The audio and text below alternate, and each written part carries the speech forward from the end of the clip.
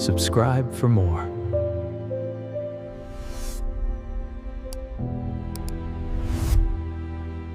I never imagined that a day I had waited for all year could end in complete shock. My name is Derek Hall, and I'm 38 years old. I've been married to Madeline Grant for 12 years, and like most marriages, ours had its highs and lows. I thought we had a solid foundation, mutual respect, shared responsibilities, the occasional argument that ended in laughter. I work in mergers and acquisitions for a multinational tech firm. My life is a whirlwind of contracts, boardrooms, and meetings, but I've always managed to balance it with home life. Madeline has been a constant in my life, or at least that's what I believed. The morning of her graduation, she was ecstatic. She had worked tirelessly for years to earn her master's degree in international law, and I was genuinely proud of her. I even took the day off work, despite being on the brink of finalizing a deal that could net my company $500 million. But that morning, she wasn't just happy, she was distant. Text messages that usually took seconds to respond to stretched into hours. Calls went unanswered. I told myself it was just nerves, just pre-ceremony jitters. Maybe she was overwhelmed with family, friends, and preparations. I told myself that, but a small knot in my stomach kept growing. By noon, I was dressed in my suit, standing outside the university auditorium, waiting for her to arrive. I had flowers in my hand, a congratulations card tucked neatly in my pocket, and my mind buzzing with the details of the $500 million acquisition I was about to secure. But when Madeline walked out of the building, there was something different in her eyes. She didn't smile. She didn't hug me. She just looked at me, a strange mixture of resolve and indifference that I had never seen before. She spoke first. "Derek, we need to talk." I nodded, assuming this was a quick, celebratory conversation before the ceremony. She took a deep breath and said words that I still replay in my mind. "I want a divorce. Effective immediately. I've thought about this for months." I froze. My hand dropped the flowers. My mind went blank. I had expected arguments, disagreements, maybe even a late-night talk where tempers flared, but nothing prepared me for the sheer, clinical finality of her tone. She wasn't crying, pleading, or even hesitant. She was delivering a verdict. I remember asking her, almost mechanically, "Why now? Why today?" She didn't answer immediately. Instead, she glanced at the university steps, at the students around us, and then back at me. "Because I can," she said simply. And just like that, she walked away. She joined her friends for pictures and celebrations, leaving me standing there in a crowd of strangers, feeling invisible in a moment that should have been about her success, but instead became my world collapsing. I drove home in silence. Normally, I would have called a lawyer, drafted financial plans, or at least try to understand what led her to this point. But that day I was numb. I kept thinking about the deal, the $500 million acquisition. My mind wandered between anger, betrayal, and disbelief.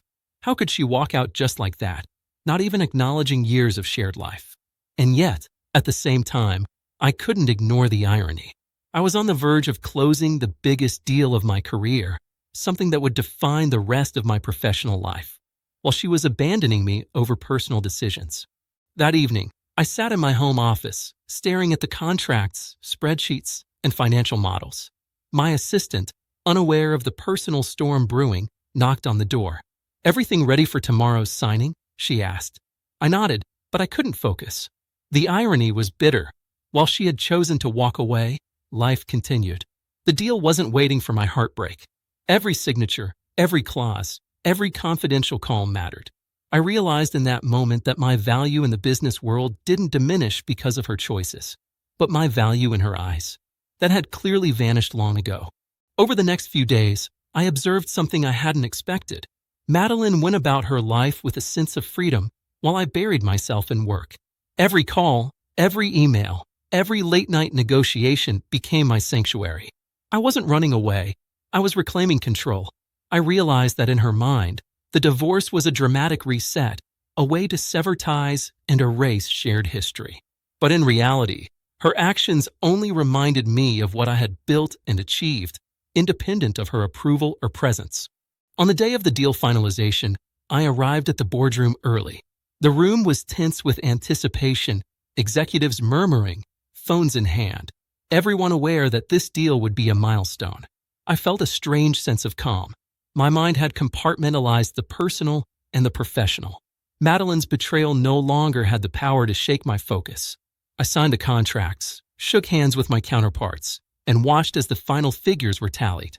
$500 million. The largest acquisition in the company's history.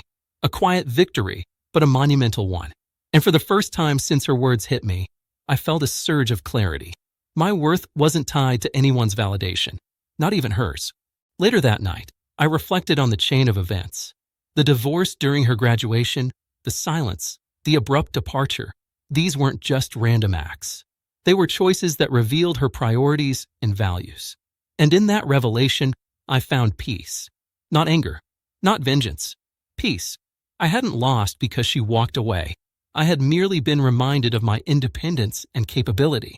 Her decision exposed her character, not mine. Weeks passed. Legal proceedings moved quickly because we had shared agreements and no children. Madeline assumed she could leverage the timing and my emotional state for a favorable settlement, but I remained composed. Every document I signed, every consultation with my attorney was calculated and deliberate. I didn't argue, didn't plead, didn't raise my voice. I simply followed the rules, the procedures, and my own standards of dignity. And in the quiet of my strategy, I realized something important. Control isn't about force. It's about consistency, patience, and clarity. Occasionally, I would see her photos on social media, smiling in graduation robes, attending celebratory dinners, and posting about her accomplishments. And yet, the triumph felt hollow from my perspective, not because of envy, but because the narrative she wanted to craft was one-sided. She had assumed her happiness depended on separating from me, but in reality, she had no insight into my own trajectory, my own achievements, or the resilience I had cultivated over years of commitment and discipline. I didn't need to prove anything. The results spoke for themselves. Now, months later, I look back at that day as a turning point, not a tragedy. The divorce during her graduation was shocking, yes, and painful, yes, but it also served as a catalyst. It reminded me that the only person responsible for validating my worth was myself. The deal, the contracts, the negotiations, and the triumphs that followed were all symbols of independence, clarity, and strategic patience. She walked out, thinking she had control, but in truth, she simply set the stage for me to realize my full potential. I didn't need her recognition, her approval, or her presence to succeed. The moment she left, I found the freedom to operate without compromise. And so I carry on, focusing on growth, opportunities, and achievements.